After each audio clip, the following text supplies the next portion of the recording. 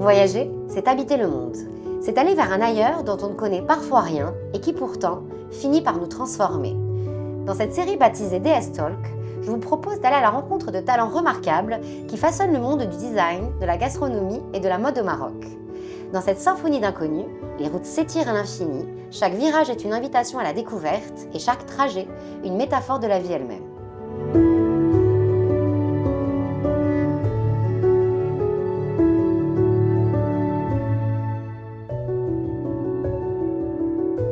Dans ce deuxième épisode des DS Talk, je vous emmène faire la connaissance d'un homme pour qui la mobilité n'a plus de secret.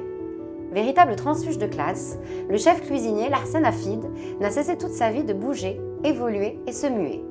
Diplômé de l'école hôtelière d'Agadir, cet enfant du Souss Massa, installé depuis 20 ans à Paris, n'a toujours eu qu'une seule idée en tête, devenir un jour un grand chef. Grâce à la rencontre de mentors inspirants, Larsen s'est tissé là où personne ne l'attendait. Des cuisines du Parc Hyatt Paris à celle du chef étoilé Yannick Aleno, en passant par celle du Ritz Paris. Généreux et soucieux de transmettre son savoir-faire aux générations futures, il est depuis 3 ans président des disciples Escoffier au Maroc, une association internationale de cuisiniers-pâtissiers qui vise à transmettre, servir et honorer la cuisine, sa culture et son évolution permanente à travers le monde. Larsen, est-ce que tu t'es déjà posé la question d'où te venait ta passion pour la cuisine? Ça remonte à l'enfance, j'imagine. Cette passion a été transmise par ma maman qui m'a donné ce sens de la cuisine marocaine. Et à travers le souk, aussi à travers les petits plats marocains, le tagine et d'autres plats pastilla et d'autres dont je me dois beaucoup de choses. Est-ce que tu te souviens de ton premier souvenir culinaire? Dont je me souviens, c'était le fameux sandwich au thon et harissa quand on mange lorsqu'on sort de l'école l'après-midi. Et c'est quelque chose qui me plaît et qu'aujourd'hui j'en fais quand même à la maison. Tu continues de manger ce sandwich de ton enfance? Tout à fait, oui. Quel est ton ingrédient préféré? Mon ingrédient préféré, c'est l'huile d'argan, parce que c'est un produit que j'ai découvert depuis mon enfance et aujourd'hui je l'utilise dans mes recettes, dans des vinaigrettes, dans mes plats, et c'est quelque chose qui m'accompagne depuis que j'ai petit.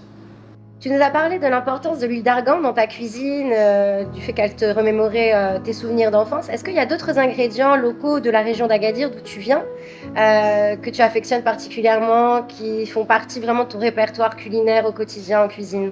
Oui, c'est le safran, parce que c'est un produit qui est très très délicat et c'est un produit d'excellence. Et aujourd'hui on en trouve pas mal dans la région d'Agadir, surtout un peu plus loin vers Taléouine, et c'est un produit qu'on trouve dans des plus grandes tables du monde entier, dans des restaurants étoilés, dans les palaces, et c'est quelque chose que je suis fier d'avoir ce produit qui vient de notre région. On trouve aussi dans cette région les oranges qui sont magnifiques, avec plein de saveurs, plein de jus.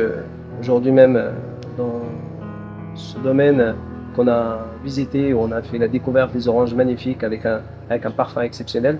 C'est une région aussi où on trouve d'autres agrumes comme le citron, d'autres produits de terroir aussi, des légumes qui sont juste incroyables, plein de saveurs, plein de terre, plein de jus. Et c'est quelque chose aujourd'hui qui me donne envie de continuer à travailler ces bons produits.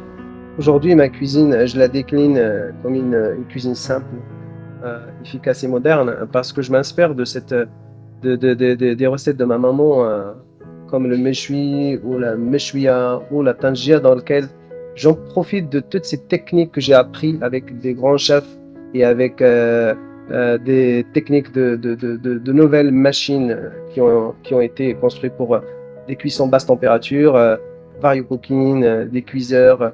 Et c'est des choses où j'ai travaillé quand même pendant un petit moment pour dire comment aujourd'hui on arrive à obtenir un méchoui en cuisson basse température. Nous l'avons dégusté tout à l'heure, donc j'espère que ça t'a plu. Donc, et c'est quelque chose qui est important. Ça permet aussi d'économiser en termes de développement durable. Ça permet aussi de faciliter le travail, de aussi, je pense, avoir des produits à longue durée de conservation. Et c'est quelque chose qui est indispensable aujourd'hui dans notre métier.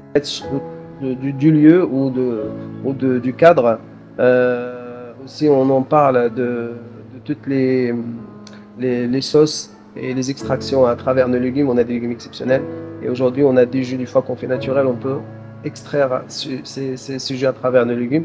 Voilà, ma cuisine, je pense, lorsque je la déclinais sur une cuisine simple, efficace et je rajoute et moderne. La présentation et aussi l'assemblage. Aujourd'hui, on trouve que nos chihuahuas, ils sont tous dans des petits bols.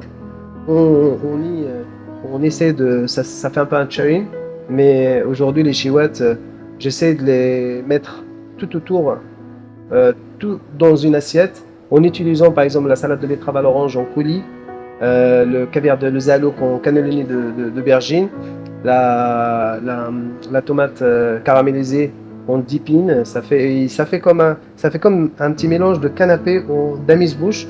On y trouve ces saveurs marocaines parce que pour moi c'est important qu'on garde l'ADN vraiment et le goût marocain dans notre cuisine en étant avoir une assiette moderne et différente de ce qu'on mange d'habitude dans nos plats traditionnels. Après 20 ans d'expérience dans les plus grands palaces parisiens, tu as décidé de prendre ton envol. Aujourd'hui, tu es consultant indépendant. Quelle est ton actualité? Tu peux nous parler de tes projets actuels? Actuellement, j'accompagne certains établissements dans l'excellence, dans la remise à niveau en restauration, particulièrement la cuisine, parce que je trouve qu'il y a un réel besoin ici au Maroc. On a des beaux établissements, mais il y a ce besoin de ce savoir-faire, de cette excellence qui peut être à la marocaine aussi à la française. Et voilà, en attendant, donc je suis en réflexion sur un projet perso dans lequel c'est top secret, je te dirais, dans les mois. On a hâte de savoir. Avec grand plaisir.